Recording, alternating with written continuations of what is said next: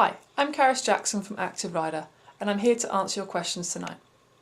We've had a fantastic question from Kim tonight looking at an issue she has with her left hip. Her instructor has pointed out that she struggles to open it out as effectively as the right hip, so she's asked me what stretches she can have to stretch out the hips. I'm going to take you through one of my favourite stretches now, Kim. It's really good for stretching out the hip flexors as well as the quads. It's called the Thomas test. For the Thomas test, you've got to find a high surface so that you can get your legs down without having to touch the floor. My bottom is nicely close to the edge of the surface. I hug one knee whilst letting the other leg drop and hang. Try to keep the back nice and still, and the knee should ideally be at right angle and below, as well as the hip.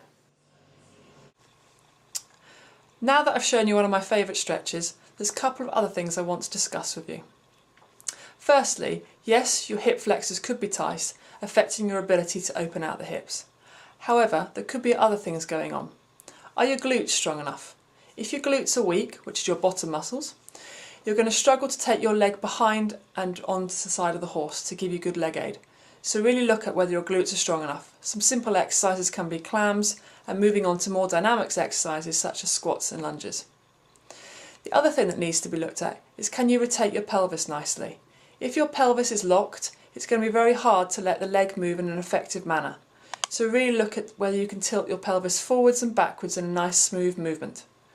This is a great exercise to do while sitting at your desk at work where you're a little bit bored. Sit there, sit nice and tall, engage your core and try and tilt your pelvis forwards and backwards whilst keeping the upper body still. Let's see how you get on with that, Kim, and let us know how you've been finding the answers. Thanks a lot. Speak to you another night.